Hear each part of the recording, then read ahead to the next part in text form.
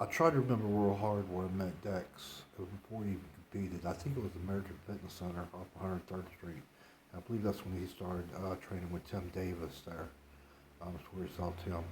Anywho, I had been to all his shows, but besides his pro shows, all his nationals, all his. The only two I didn't go to was what was it? It was Southern States. But I picked him up from work after that. He used to work at Blue Cross Blue Shield over there by St. John's River in Jacksonville, and I used to get so pissed at him.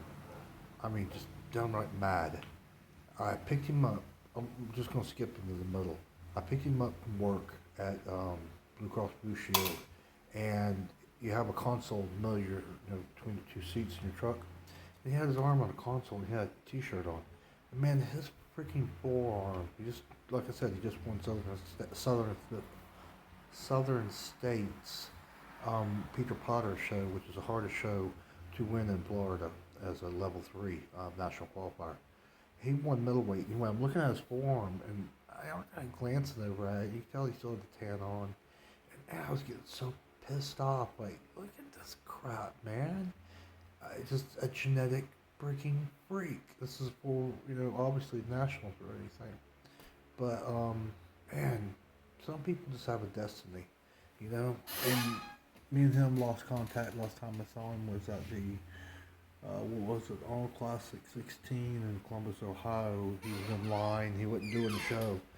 And I just walked up in front of the line. People like me, they didn't care. And I said, told the guy that was letting people meet him in the tent, tell him my crosshair. And he came up and we talked. And that was the first time I'd probably seen him, well, since he turned pro in 1999. But, dude, he beat giants.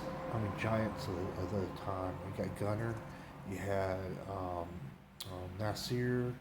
Only one he did beat Ronnie. But I'm pretty sure he beat Kevin Levrone later on. There's nobody he hadn't beat. I mean, guy is just a freak, man. But I tell you, I always value those times.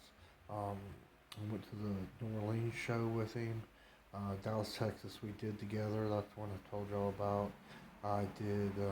I went to his first show, the Jack's Physique Level One, and went out to eat the night before at Ron's Steakhouse, and I was paying for dinner and eating fried shrimp. I'm like, dude, you can't eat that kind of stuff. You know, he weighed 137 pounds. So we went to the show. Me and my wife to be, she was my girlfriend at the time, and we sat down in the crowd, and I sat here like looking at this crowd, going, "You got to be joking me." He won his class, got up there and beat overall heavyweights. Might have been super heavy, I can't remember. Definitely heavyweight, light heavy, middleweight, and he wins overall. So we go backstage, and all he kept saying was, "I told you, Ruff. I told you. I told you. I told you." I was like, unreal. And I just saw him grow after that. His wife at the time, her name was Carol. My wife were pretty good friends. So, I called Dex up because I was making good money.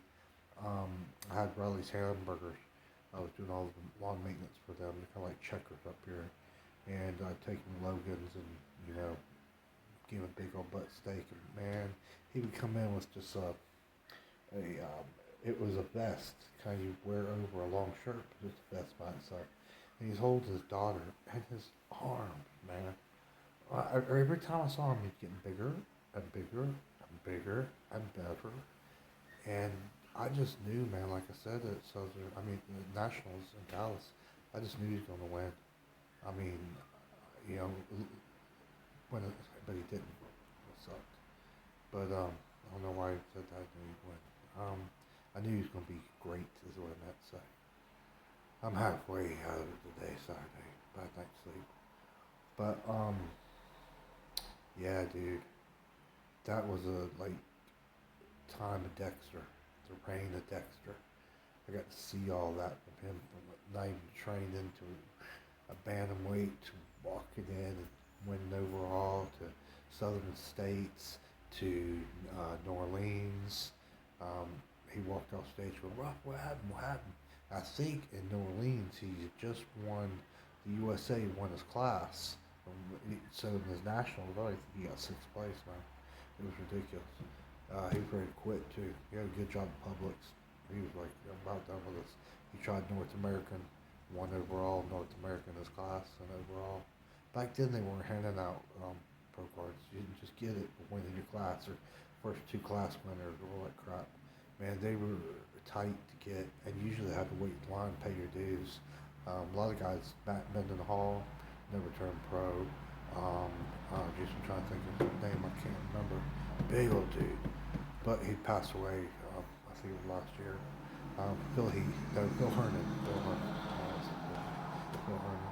But that was the time of the Giants, man. The time of symmetry. That was a good era to grow up in. You know, even though I didn't like Richard Sparry, I got to see him 2 days after he took second place to Haney. And, you know, you don't have to like them to give them respect. You know, they're good, they're good. It's a selfish sport, I understand that. But if you're a jerk before you start training, you're going to be a jerk when you're training and around people. And if you're a jerk before you get on steroids, you're going to be a jerk when you're on steroids. Bottom line. But man, I got to see a lot of them. I got to see Barry DeMay. Golly, I can't remember Lee Haney twice. Man, that guy was so cool. Yeah. But I'll tell you what, the Raymond Dex, I got to look through that from the very beginning of it. It's so awesome. Alright, y'all. Later.